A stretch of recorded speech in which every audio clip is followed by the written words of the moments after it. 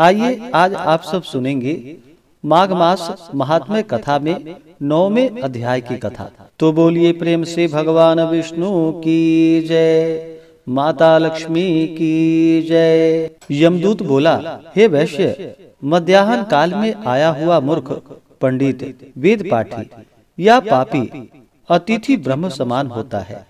रास्ता से थके हुए ब्राह्मण, भूखे प्यासे अपरिचित बटोही जिनके गृह से अन्न जल करते हैं, वह गृहस्थ बहुत समय तक ब्रह्मलोक में निवास करता है। मध्याह्न या सायं काल या किसी समय जिनके घर पर आया हुआ अतिथि निराश नहीं लौटता, वे यमलोक में नहीं जाते।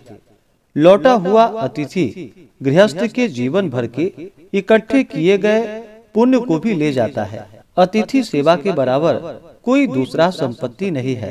हे वैश्य, अतिथि सत्कार के प्रभाव से राजा तथा मुनिवर ब्रह्मलोक को गए और आज तक वहां से नहीं लौटे। हे वैश्य, अन्नदान करने वाला देदीप्यमान विमान का उपभोग कर अमृत पान करता है तथा स्वर्ग से हटकर उत्तर कुरुओं में जन्म लेता है। धर्मात्मा राजा होता है, दीर्घायु तथा नष्ट न होने वाले वंश को प्राप्त करता है। प्राण अन्न में रहने से अन्न देने वाला प्राणदाता कहलाता है। हे वैश्यवर, केसरी ध्वज से वैवस्तु देव ने दया पूर्वक कहा था कि हे राजन, कर्म भूमि में जाकर यदि तुम फिर से स्वर्ग के इच्छुक हो तो अन्न दान करो। हे वैश्य, यह बात मैंने स्पष्ट धर्म शास्त्रों से सुनी है। हेमंत काल में ईंधन, ग्रीष्म ऋतु में जल देने वाले तथा सर्वदा अन्नदान करने वाले यमराज के दुखों को नहीं पाते। जो 6-6 महीनों पर ज्ञात अज्ञात छोटे बड़े वाणी, मन और शरीर से किए हुए पापों को प्रायश्चित नहीं करता, वह नरक भोगता है। और जो प्रायश्चित करता है वह देवता और गंधर्वों से सेवित शुभ लोक को प्राप्त होता है।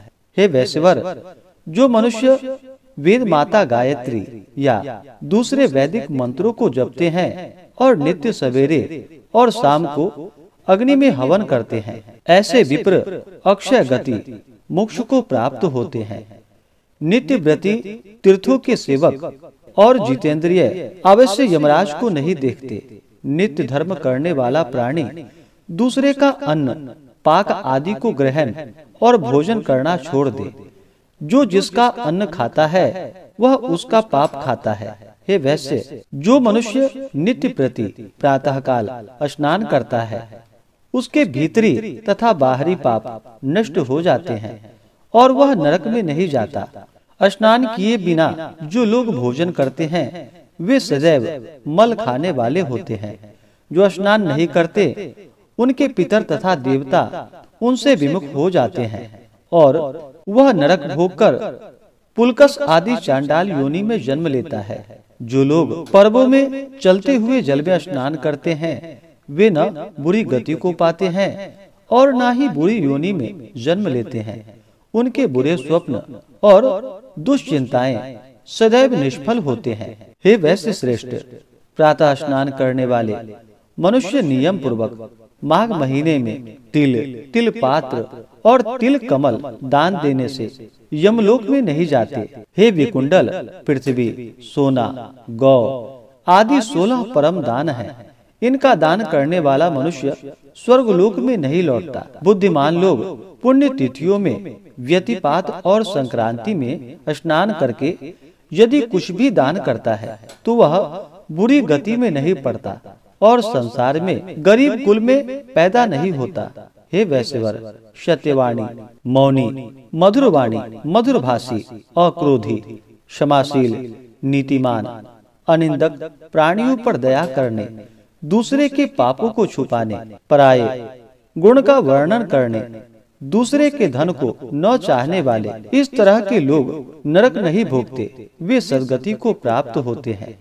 दूसरों की बुराई करने वाले, पापी तथा उनका साथ देने, खोटे वचन बोलने वाले, ऐसे कृतघ्न लोगों के तीर्थ सेवन और तप से भी पापों से मुक्ति नहीं होती। ऐसे प्राणी बहुत समय तक नरक भोगते हैं।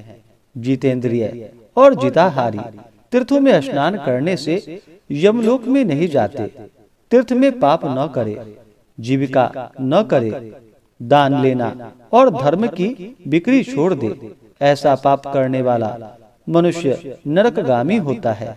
इस प्रकार से श्री पद्म पुराण के अंतर्गत विकुंडल दूत का संवाद नामक 9वां अध्याय पूर्ण हुआ। तो बोलिए प्रेम से भगवान विष्णु की जय, माता लक्ष्मी की जय। इसी प्रकार से अगर आप सब आगे के अध्यायों को सुनना चाहते हो, इसी प्रकार से व्रत पूजा के बारे में जानने के लिए, कथा को सुनने के लिए चैनल पे अगर आप पहली बार आए हैं तो चैनल को लाल बटन दबा करके सब्सक्राइब करें, साथ में बेल आइकन घंटी को दबाएं ताकि आने वाली वीडियो का नोटिफिकेशन आपको समय से मिलता रहे।